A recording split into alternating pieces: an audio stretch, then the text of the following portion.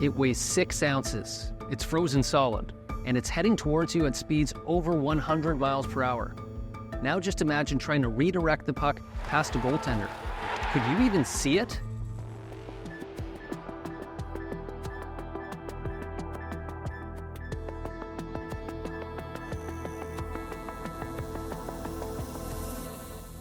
Known as a deflection, Casey Cizikas gets the deflection. tip-in, Throw to the net, they score! or redirect. It's a skill in the sport of hockey that requires great hand-eye coordination, spectacular timing, and an immense amount of courage.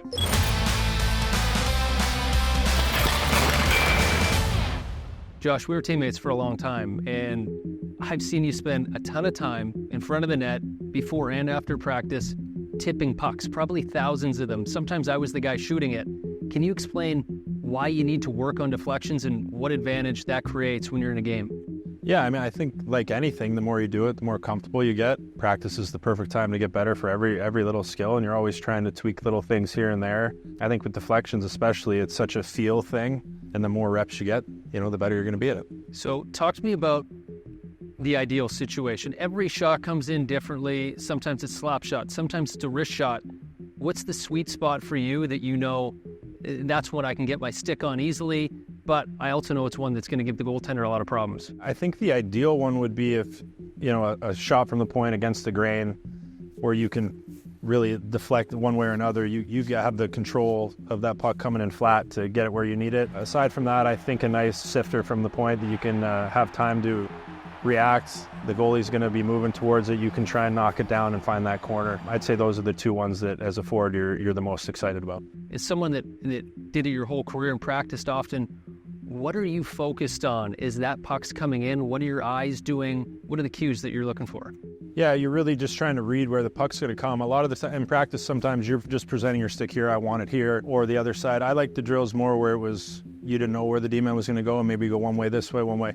So you get used to kind of having your stick in the middle, which, like I touched on in a game, it gives you more protection to keep the D-man away from you, and then you can react both ways. So I think those were the most beneficial practice drills, is just getting those reps, being in the middle, touch it down, then you get some if you try and get it up. Just messing around, trying to feel things out. Even as a kid, I remember being in the driveway, my brother and I messing around with stuff like that, and all those little reps, they add up and make you better. And sometimes the tip can be so subtle, and that's enough to fool a goaltender, and it takes like an ultra-slow replay to see that it touched someone's stick just a little bit, and you end up getting credited with a goal. Yeah, those are always a bonus too, and I think I recall a couple. I feel like we even had one years ago against maybe like Edmonton or LA at home. It doesn't take much. I think when the puck's coming in that quick and you just get a little piece of it, it can be just enough to find a hole or find a corner. And that's the biggest thing, more than technique. When you build that muscle memory from your eyes to your stick, it really helps, is you get to know yourself a little bit more. That's really what it comes down to. You get to know your what you're more comfortable with. You get to know your stick a little bit better. All those little things, I think that's part of what makes the game so much fun. Josh, a lot goes into a deflection, as you've just explained. I want to see if you can still do it. I think I can. Let's go give it a try. See, going back to a wrist shot, then I'm going to probably be more upright. All of the athleticism in the world wouldn't help you if you can't see the puck coming towards you. Hand-eye coordination is the most important of all the skills necessary to be able to redirect the puck. In order for a hockey player to successfully do their job, they're going to need a few different visual skills. They need to have good visual acuity, good stereo vision, which is the ability to see depth, and good contrast sensitivity.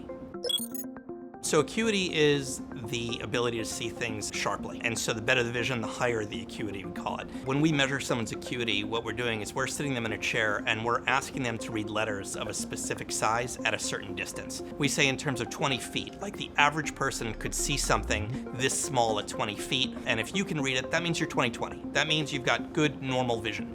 But these players sometimes have vision way beyond 20/20. These guys have vision of 2015 or even 2010. So what that means is, you'd have to be 10 feet away to see it, but they might see it from 20 feet away, and that also allows them to see things better and to react better. So all of us have two eyes, but when we look at something, we only see one image. So we're getting a slightly different picture in each eye, but our brain is putting those two different pictures together.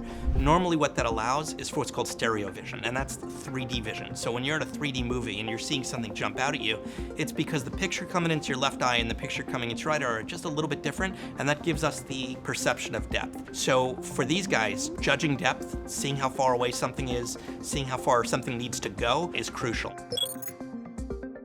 Contrast sensitivity is the ability to see the differences between shades of gray. And the ability to see better contrast sensitivity, it's going to give them the ability to see things maybe on darker backgrounds. The puck is coming at them and there's a dark background behind them, but they're still seeing it because they can tell the difference between those different shades and they see that movement.